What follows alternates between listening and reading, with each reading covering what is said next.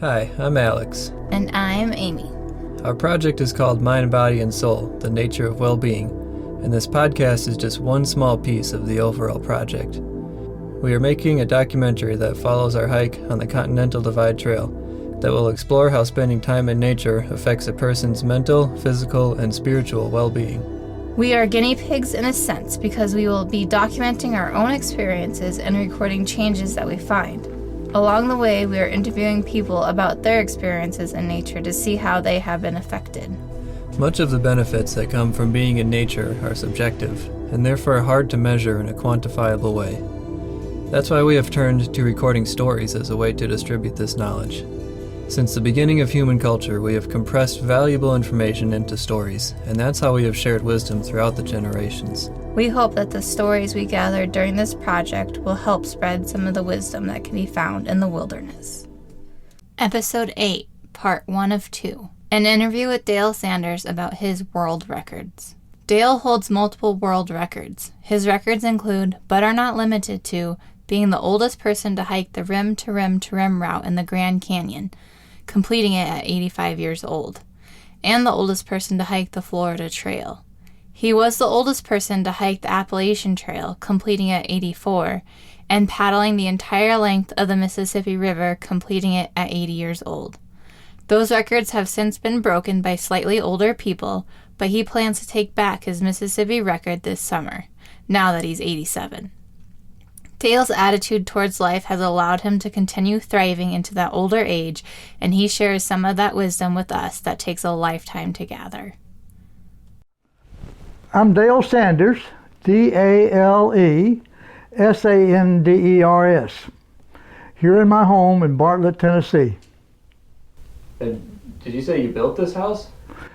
My wife and I pulled a contract and started building it in 2007. Moved in May of 2008. Took us 10 months to build it. Yep. So we built it. Cool. We hired subcontractors and did the hard work. We did the easy stuff. Yeah. And believe me, it's not easy coordinating subcontractors building a home. But we were able to get through it without having any liens put against the property. I'm sure that's a lot to juggle. Could you start off by just maybe just list off all of your big adventures? What are the big trips that you've done? Well, list all of my adventures. Well, can I start with when I was young? I got involved in competitive swimming and diving at an early age, actually, and I went up through those, doing all the competitive sports in high school, and then when I got in the Navy, I joined the Navy in '58. Got into spearfishing, and I actually went pretty far in spearfishing. I actually was able to win some national championships, national team championships, as well as Athlete of the Year in spearfishing. And in 1965. When I won that award, I basically retired at that point. I just graduated from college, and then I went into profession in Parks and Recreation, and I didn't really do any adventures for about 30 years because I was raising a family and Parks and Recreation. But the profession I chose was an adventure in itself, Parks and Rec. So I had 50 years full-time experience in Parks and Rec. Actually, 52 years full-time experience in Park and Rec. But when I retired from Park and Rec in 2002, that's when I started my adventures, my early childhood type adventures, back up again. And that's where we'll take off and talk about my adventures, starting in 2002. But first, I want you to know that I did spend 37 years with the Department of the Navy in my professional career. 33 of those years were in the field of park and recreation for the Navy. So I worked not only for cities and districts in Park and Rec, but the military Park and Rec, which are called MWR as well.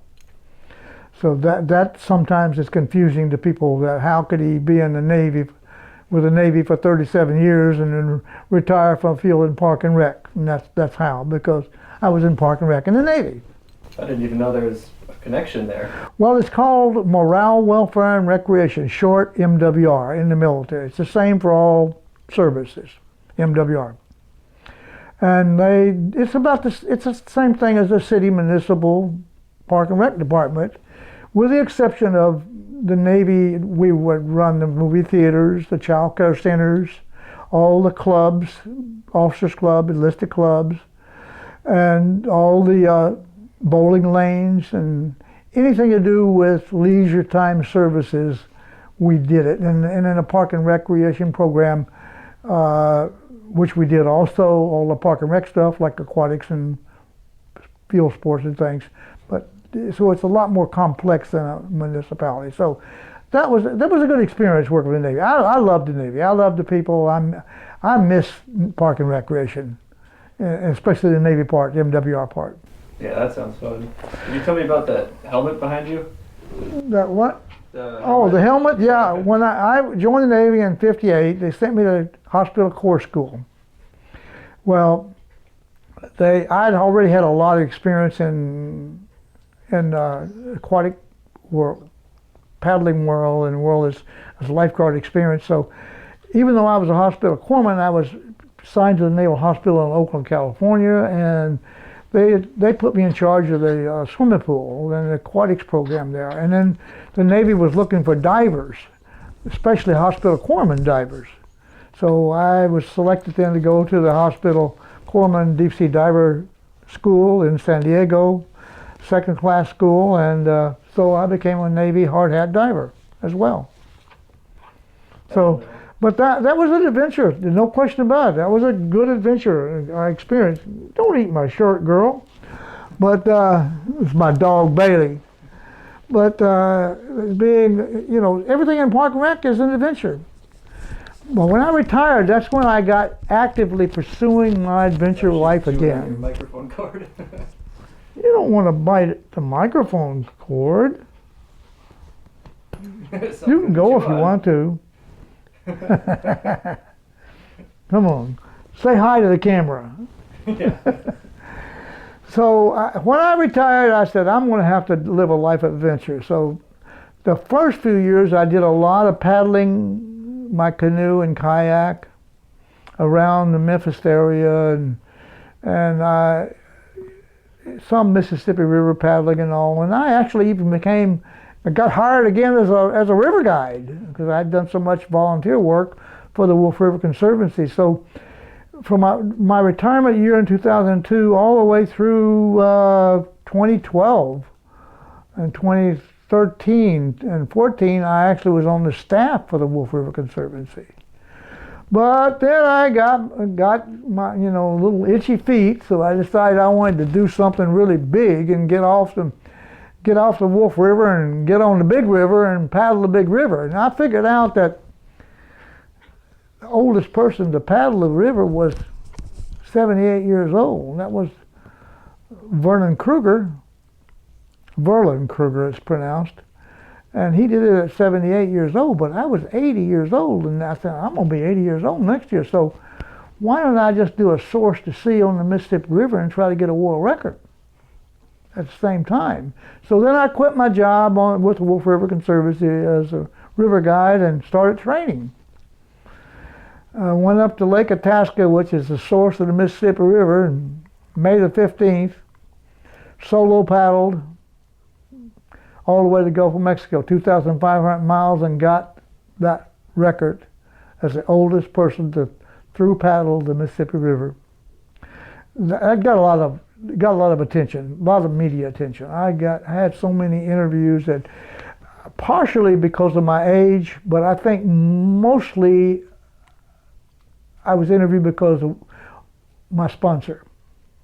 I was paddling for juvenile diabetes. My grandniece was diagnosed with type 1 diabetes and been living with it for several years, and I wanted to raise money to help with research to see if they can't come up with a way of curing that disease.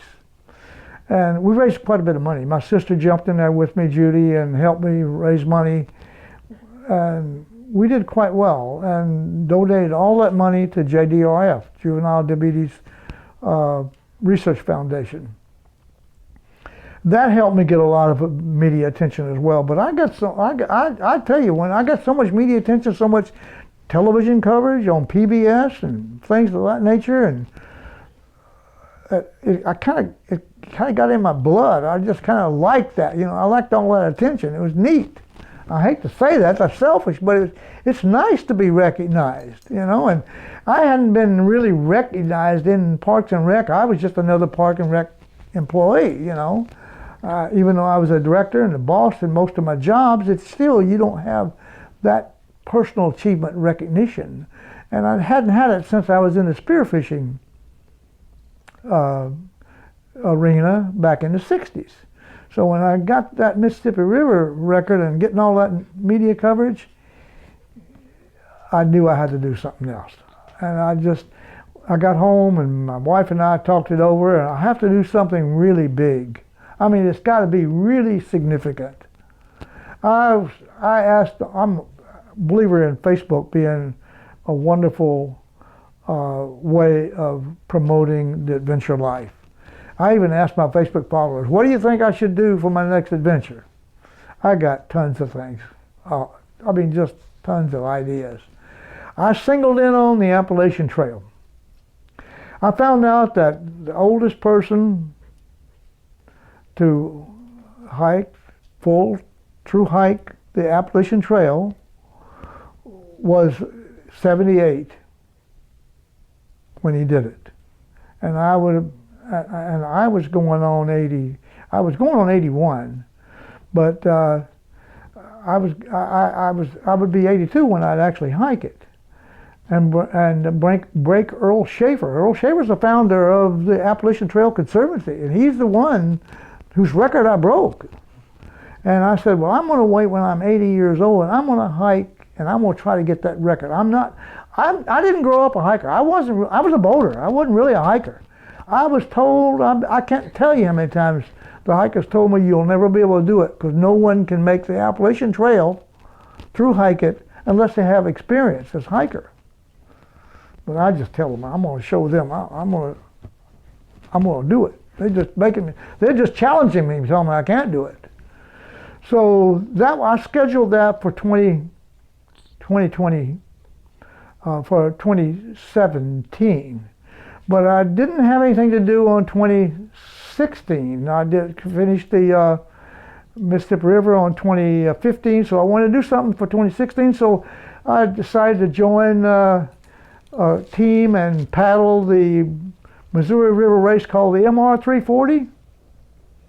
And it turns out that it took us 81 hours to finish that, and I was 81 years old. And it turns out that I became the oldest person to ever finish that race, the MR 340. And I sandwiched that in between the Mississippi River and the Appalachian Trail, and that was a good thing to sandwich in there. And can you tell me how you made it 81 hours on purpose? Both. How did I end up doing the Mississippi River in 80 days and doing the MR 340 in 81 days? Because I slowed down just before the end.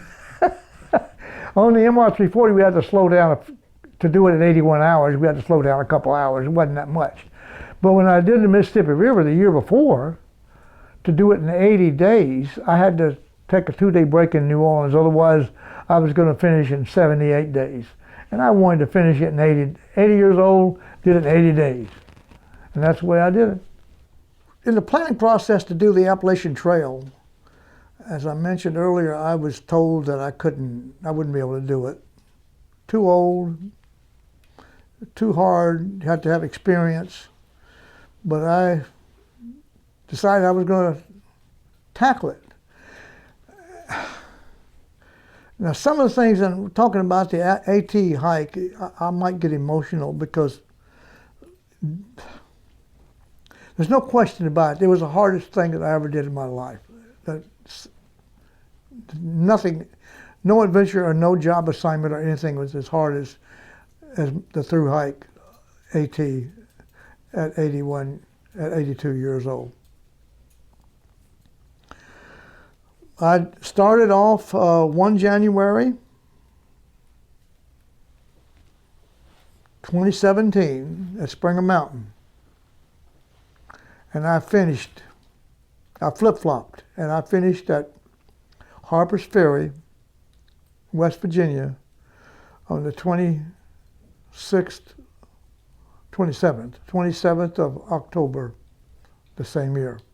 It was a through hike. It took me 10 months. But if you take out the 0 days, my hiking, it was 10 months, but I actually was hiking only 7 months because the 0 days made up 2 months of 0 days. I got really, really sick. I had internal bleeding and had to come off the trail for 3 weeks until we figured out what the internal bleeding was from, and then the doctor released me and let me go back to the trail. And I had scheduled a couple of weeks off at the halfway point anyway to take a break there. And as you know, through hike is you got 12 months to do it in anyway. So I finished it with 2 months still left to go.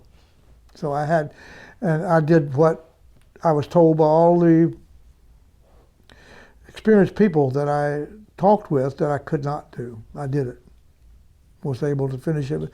There were moments on the AT though that were just really, really, really, really bad. I mean, life-threatening. Just stranded in the middle of nowhere and cold and wet. I'll never forget one day. I was told by somebody to never quit on a bad day. Well, I'm not a quitter anyway. I don't quit things. If I'm going to do it, I'm going to do it unless something happens that I have no control over. You know, of course, if I get sick or break a leg or something, I can't control that. But I did get one point in there when my van kept breaking on me that I was trying to bring along with me. I kept having all these issues with my knee and my left ankle, right knee and left ankle, and I was really in a depressed state in Vermont. Going up the mountain, my vehicle broke. I was able to get it turned around some way. I'll never know how I got that thing turned around. The motor was dead, and I got it turned around on the mountain so I could coast down. Like, got down to the bottom. I couldn't even find anybody to tow me. It was really bad. It was. Here I am on the side of the highway, no vehicle, no way to get anywhere. Nobody would come help me. I called my wife, Miriam, and I said, honey, I'm coming home. I just can't do it. I can't go anymore.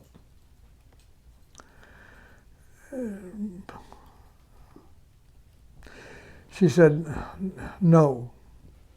I couldn't believe her reaction. You're going to have to finish this thing. If you don't, you'll never forgive yourself. And I got a little inspired, and I finally found a record that told me to a garage and got the van going again. And I got out back on the trail, and I had a shuttler, that would shuttle my vehicle, help me shuttle the vehicle along. So I was doing what to do, a trade key program. A lot of times I would hike several days, and I would hitchhike or get a ride back down and bring my vehicle up with me. The first half of the trail, I would bring it about 100 miles. I'd bring my van up. I did learn one thing though for the second half of the AT. I learned that if I was going to make it, I had to lighten up my load. Even though I was only carrying about 30 pounds, that was just too much. So I was able to start bringing my vehicle closer to me and doing what they call the trade key program. I found somebody that had a vehicle, another hiker that had a vehicle, so we did the trade key program. where he would take my vehicle up and he would hike back to his and I would hike to mine.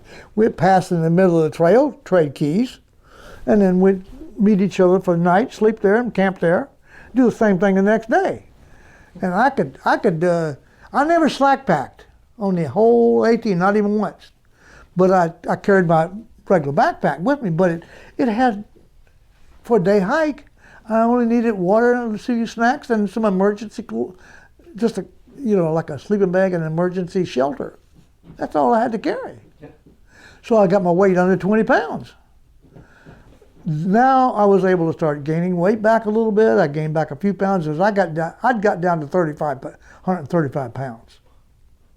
And my body was, I wasn't getting enough calories, or my body was getting calories, but it wasn't able to use them because I wasn't getting enough other nutrients to use the calories.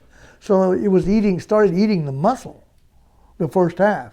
So thank God for the Trade Key program, I was able to stabilize my weight loss and got healthy again and finished that trail out. And got that record as the oldest person to ever through hike the Appalachian Trail.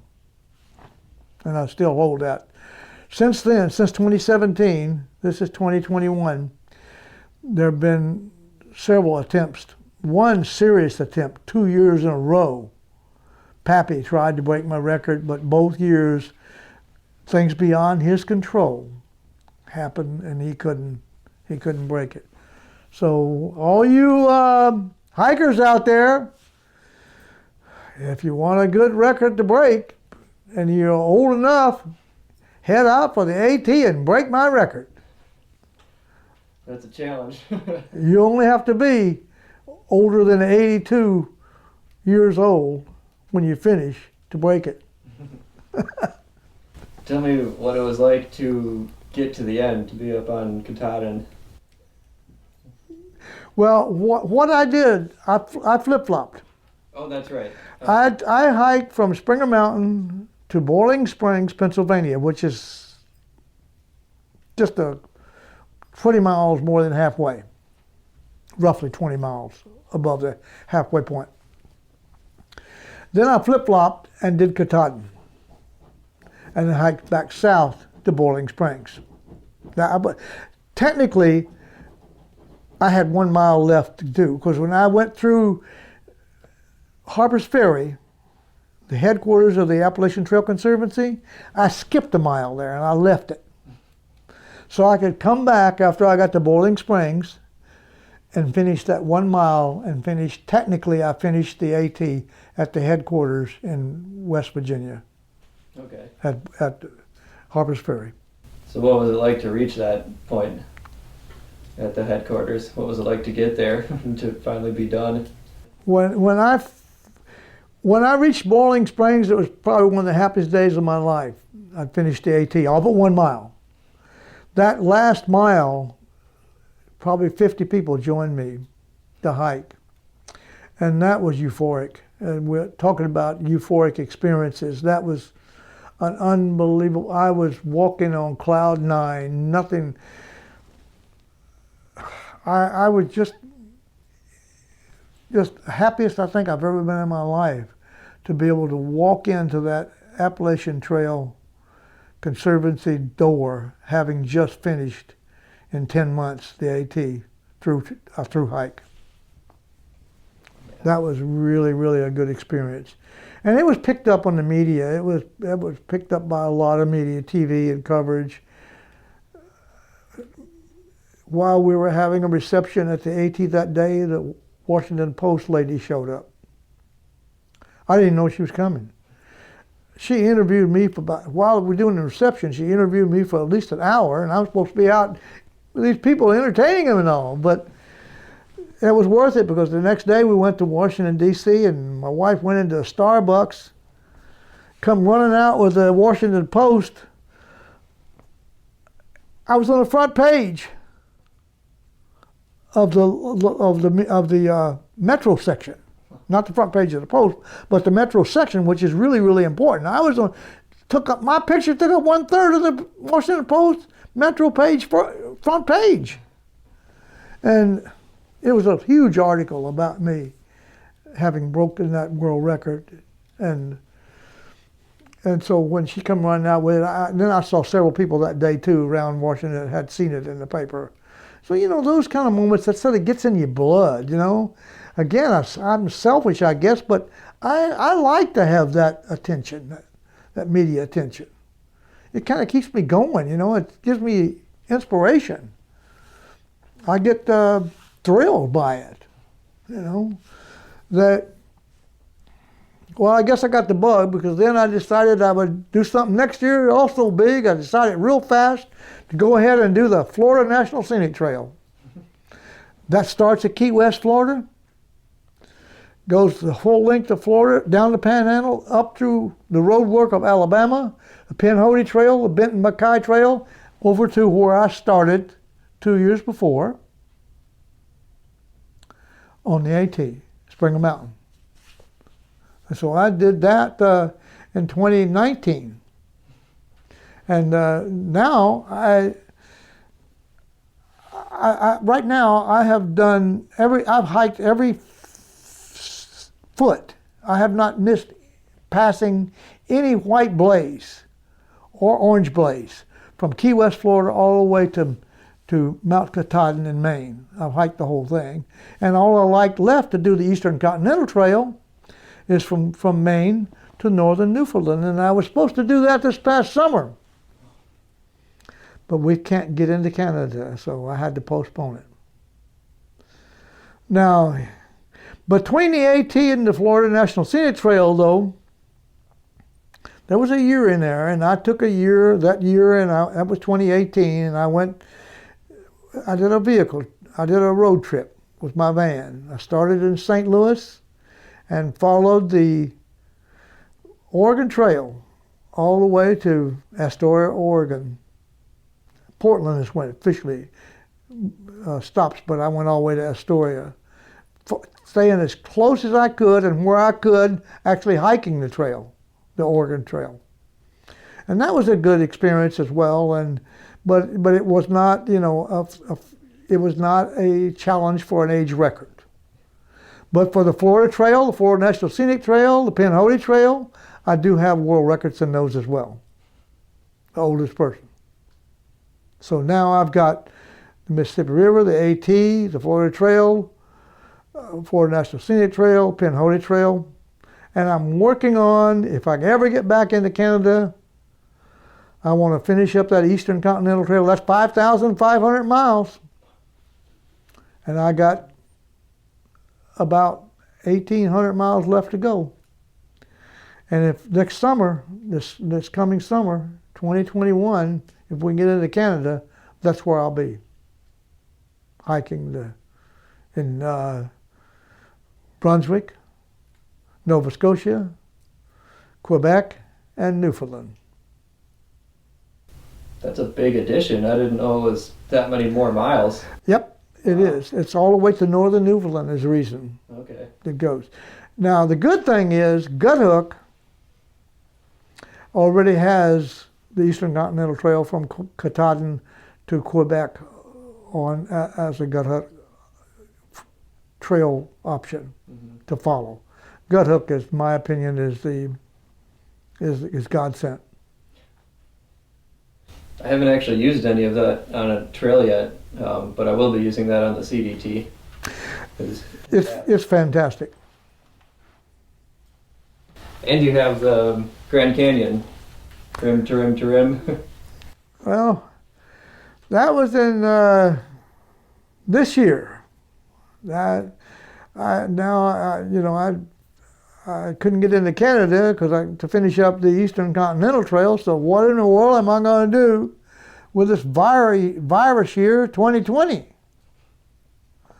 So I thought, got help again on Facebook, ideas. Found out that the oldest person to do a rim to rim to rim in the Grand Canyon was 80 years old. So I talked with Guinness, and they said, yeah, we'll approve your application. Well, it was kind of late to get it in, so I had to pay the fee to get them to prove it quickly. You know, Guinness, they take their time to do things, you know. They do it at their own speed, unless you come up with some money. Well, I came up with the money. I got a sponsor, Imbricor Medical, out of Canada. They came up with the money and they paid for my entry fee, and I got approval from Guinness to give it a shot to do a rim to rim to rim.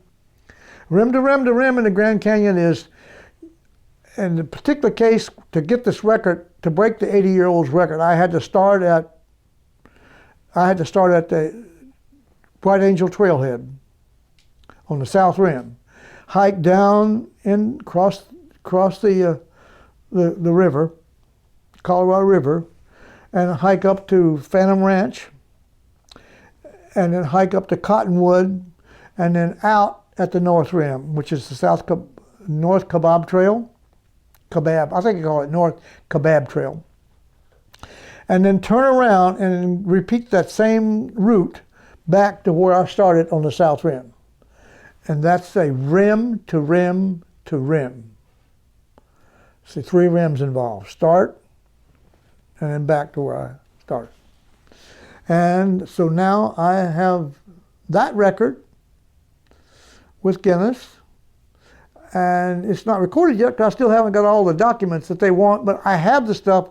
I just hadn't had a chance to send it all in, and that takes priority. Pretty soon I'm going to get that stuff in so we get that, close that chapter in my life and move on for something in 2021. And for this coming summer, yeah, I know what I'm going to do if the Canadian border is open. I'm going to do the International Appalachian Trail, which is the remainder that I need to do to have hiked the entire Eastern Continental Trail, 5,500 miles. But if the border doesn't open, I've got to come up with something to do in 2021. So what was your motivation to start hiking in the first place? Well, let me, before I tell you what my motivation to start hiking in the first place was, let me tell you what I think I might want to do in 2021. My Mississippi River record was broken this past summer. Stan may be watching me break his record. I might go back up to Katahdin and paddle my canoe. I may go back up to Lake Itasca and paddle my canoe down to the saltwater in the Gulf of Mexico and get that record back. So I've got 2 things now, the Eastern Continental Trail, the Mississippi River, and there's a couple other things on the bucket list as well. But those are pretty high. One of those is pretty high. Now, how did I get started? Why did I start hiking in the first place, the AT? Being a boulder, I'd never hiked. Well, I grew up on a farm in Kentucky. I can't say I'd never hiked, but I'd never done really, really long distance stuff. I'd done a lot of short hiking, but nothing really. That's why I was told that I'll never be able to do it, because I'd never done any long distance hiking. So I just knew, though, that if I had control of it, I would finish it. You know what my greatest fear was? Hiking the AT, that I would break an ankle. It's a lot of rocks. It has, you know, you've heard the reputation. Pennsylvania is all rocks. It's terrible. Walking through those rocks for 2,200 miles, I didn't think I would be able to do it without breaking a bone. To be honest with you, when I first started it, I thought my chances of finishing it were maybe less than 1%. I didn't think I would be able to finish it. I thought something would happen that I had no control over. And I figured it would be a fall. I did have one fall on the AT. Coming down Kinsman Mountain, it was a hard one. It was a hard fall. It hurt my hip really bad. I was able to keep going, but it was really bad. So I guess the bottom line is, why did I go into hiking? It's because I think that I really not only went into hiking the AT, but stuck with it was the fact that they told me I couldn't do it.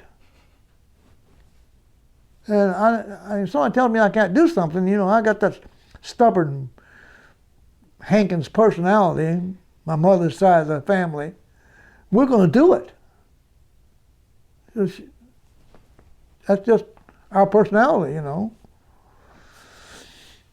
So I guess, and the drive to become the oldest person, that certainly was very intriguing, and I knew it was going to be a big deal.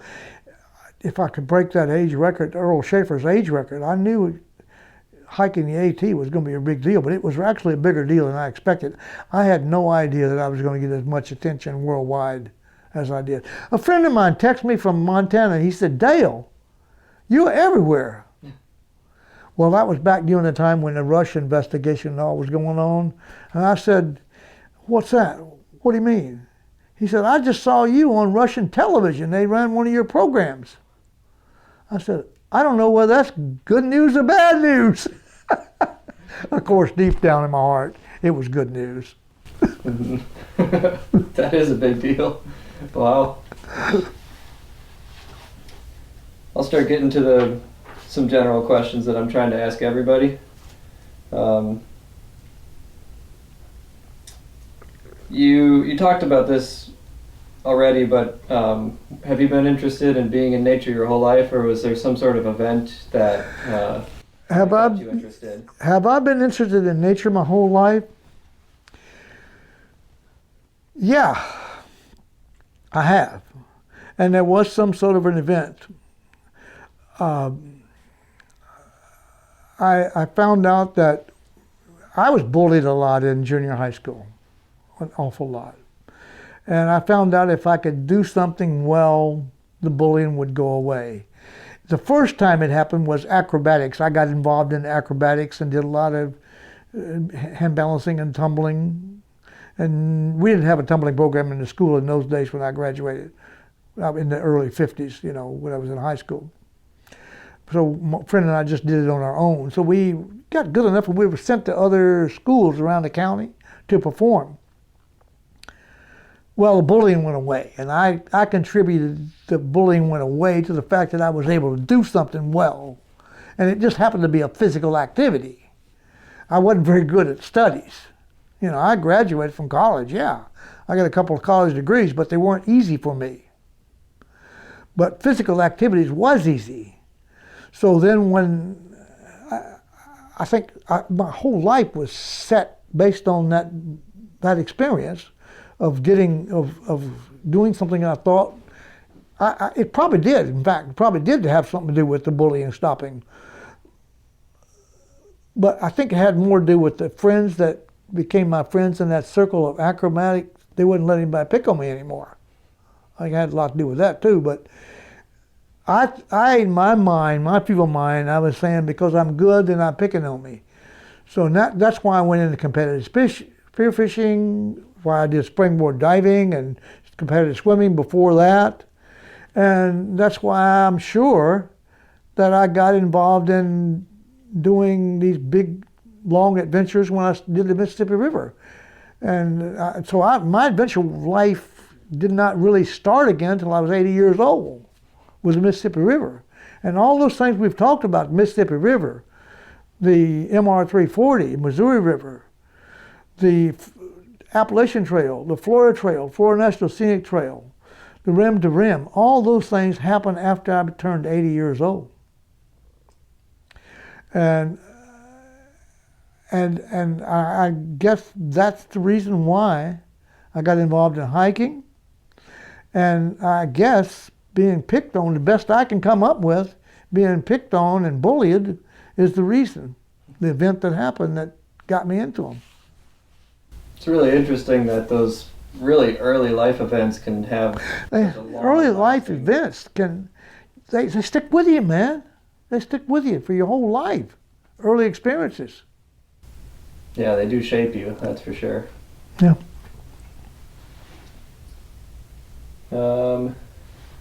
What do you think the benefits of spending time in nature are? Oh my gosh, what are the benefits? Spending time in nature? Well, we've talked about a lot of them, is doing something and getting the feeling of accomplishment. Those are really great, and the feeling of recognition as well as accomplishment. I'm not getting paid any money to do all this stuff. I do have sponsors, but it's usually in the form of gear, not cash. It's nice to have sponsors and get gear, and that's nice. But I think the biggest payday for me, having done all these different types of, some of them very difficult challenges, is that I have learned, basically, this is an old cliche, who I am. I think I've learned what I've said all my life, basically the expression, become one with nature, or become one with the river. I've been saying that my whole life, but I really didn't know what I was saying. I didn't understand it. And it wasn't until I was on the Appalachian Trail that I really understood what being one with the trail or one with nature is all about. And it's the most, euphoric experience that I've ever encountered. Even more euphoric than the experiences I had in my first big adventure, the Mississippi River. But I can't seem to come up with the words of how I felt to tell it. It's just, I know that I became one with nature and the trail in this case, because I was in a situation where everything was going good, going great. I was healthy, jumping along the trail and happy and driving and passing out my decals and getting recognized and talking to hikers and all.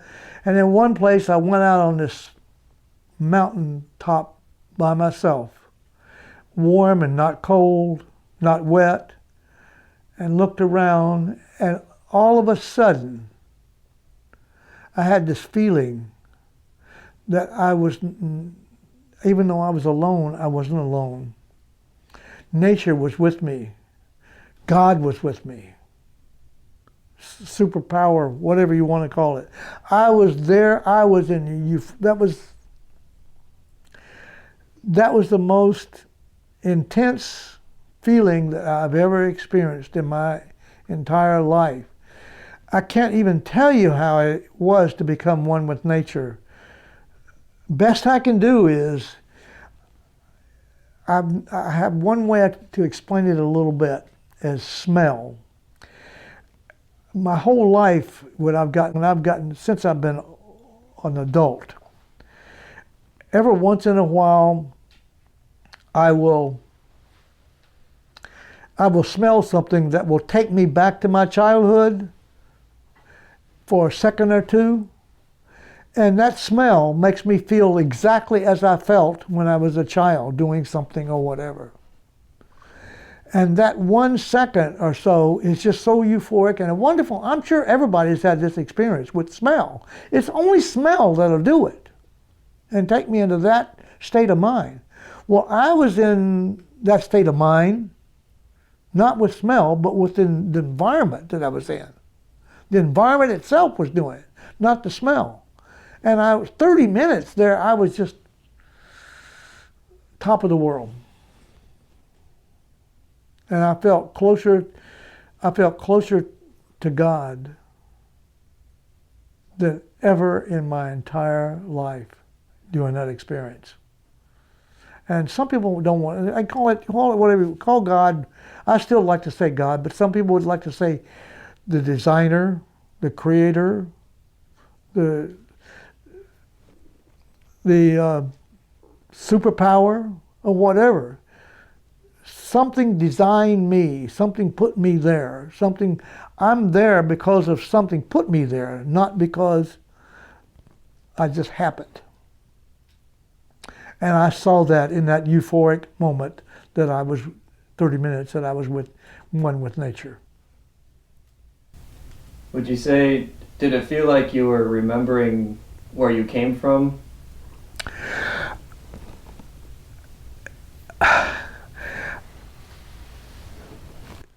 Ever since I've been an adult, I think I remember way back,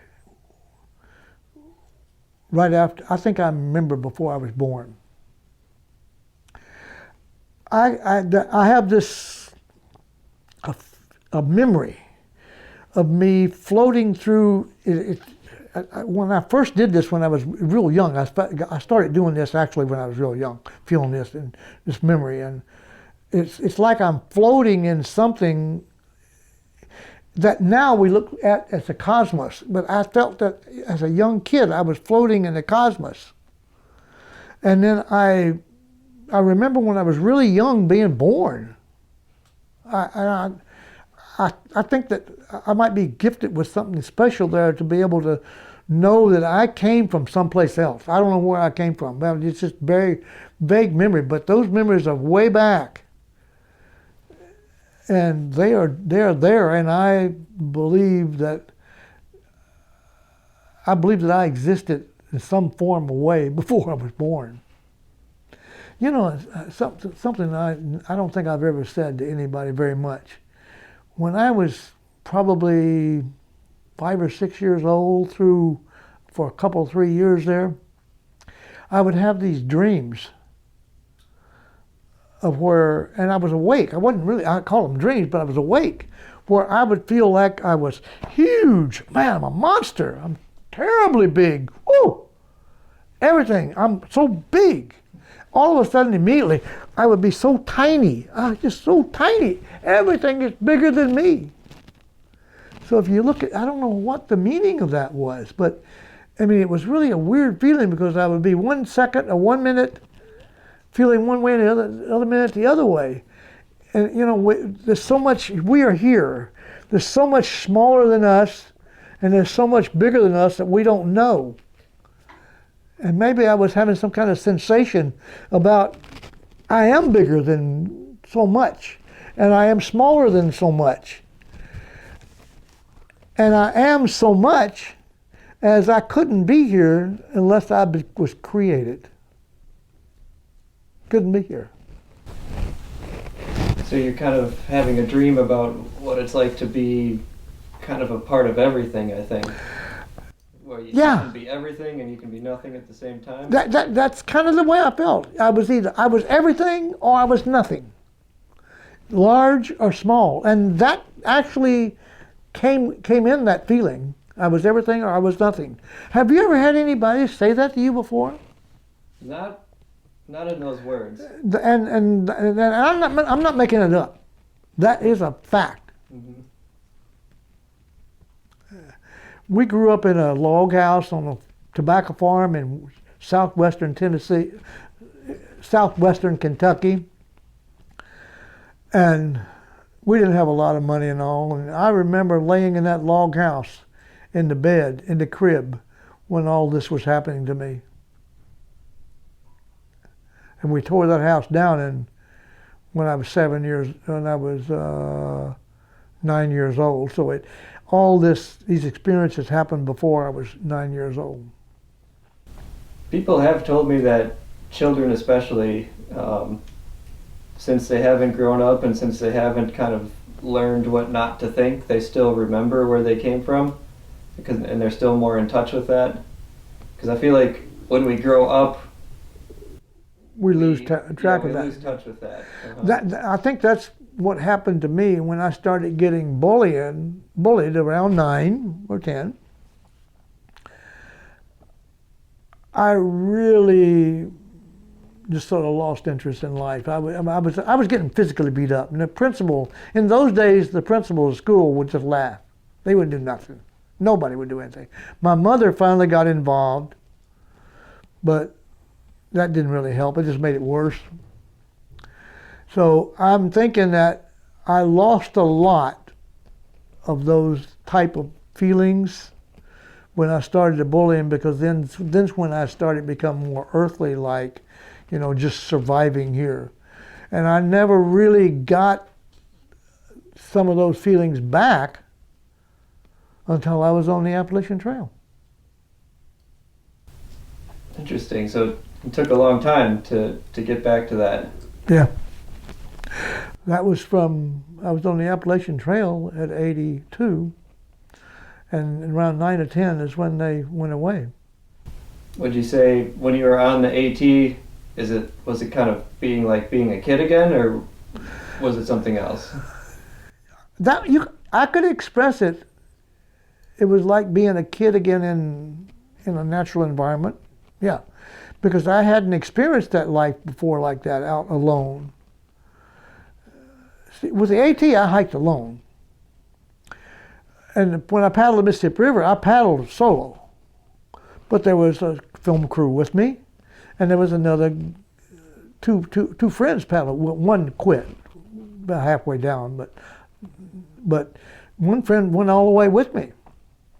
But so I wasn't really alone on Mississippi River, but I was solo paddling. But in the AT, I was alone for 10 months basically. So I think that brought me back to nature, being alone. I got the worldly corruption out of me. I think that's when I probably got healed. That's about the same time I started recognizing what had happened to me and why I was so competitive. The bullying. About the same. I never thought of that before. About the same time, the AT. So the AT, to me, was a healing process. It took 70 years, though. It's amazing how long you can carry that around without even really knowing it. I carried that baggage for 70 years, not realizing it was there. So do you think was it nature or was it being alone that helped you realize that? I think it was all the above. I think that I grew up in church. My mom was a strong Christian. I got away from it most of my adult life. I found out that I could be closer, that the church didn't put me close to God, nature did. I hate to say that to my Christian friends, but I'm really closer to God in nature. So if you take that and you couple the fact that I'm out there alone, I'm out there enjoying the experience, and I'm looking at nature, I'm living it, I'm one with nature. Yeah, I think that's what did it. I think that was the healing process. And I don't think it would ever happen if I hadn't hiked the AT. So something that I've noticed when I hike alone is that I stop thinking about myself. I kind of lose my self-awareness or my self-consciousness, and I start to just like be in the environment. And that actually helps me understand a lot of things about myself because I'm not so like stuck in my head all the time. Have you felt that? Yeah.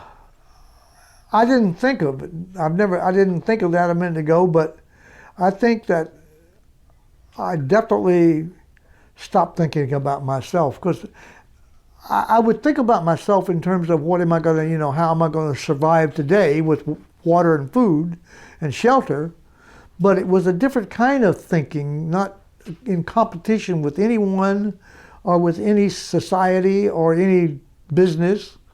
I'm only in competition with nature, and that's it. All I've got to do is survive nature, and I'm in good shape. And I think in that respect, yeah, I was able to put aside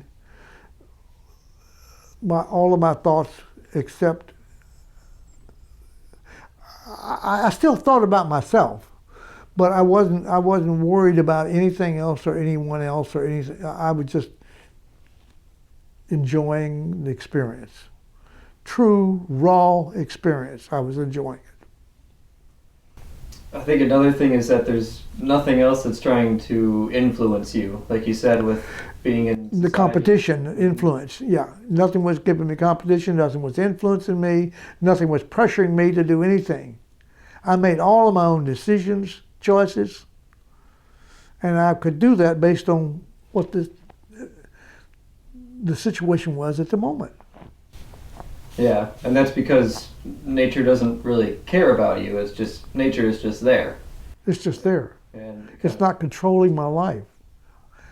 I just have to find a way to live with it. And that's another way you could say living, one with nature. You're finding a way to live with it, in it, part of it. That living with thing is such a big, it's a big thing, but it's very hard to explain. At least it is for me. I don't know, maybe others. Have others been able to explain that phrase to you, what it really means to them? Not very well. Everybody touches on it and they say some things that are meaningful, but they don't feel like they really explained it fully. I have spent hours deep in my heart searching to find answers to those questions about why am I here? How can I be, what does that phrase be one with nature mean? How do I survive without the modern conveniences of life? So, anyway, going back to something I'm repeating, I would have never been able to have this state of mind that I have now. I'm a very positive person. I don't see things negatively hardly at all. If you look at my Facebook posts, they're all positive and not negative. I wouldn't be able to live that way if I hadn't done the AT.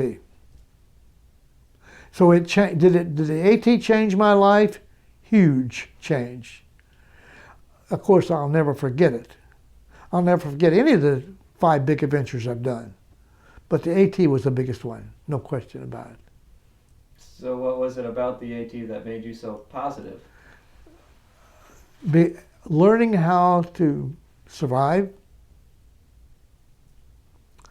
alone in nature and developing those feelings of euphoria that I'm actually doing this and enjoying it.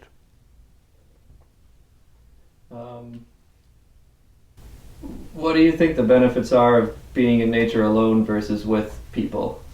Do you enjoy both, or what are the pros I enjoy and both. cons? I enjoy the variety. Well, I was ready to come back to home, and come back to my family, come back to my friends, and come back to my life. But there's after any big adventure, you have there's a post-adventure depression, PAD,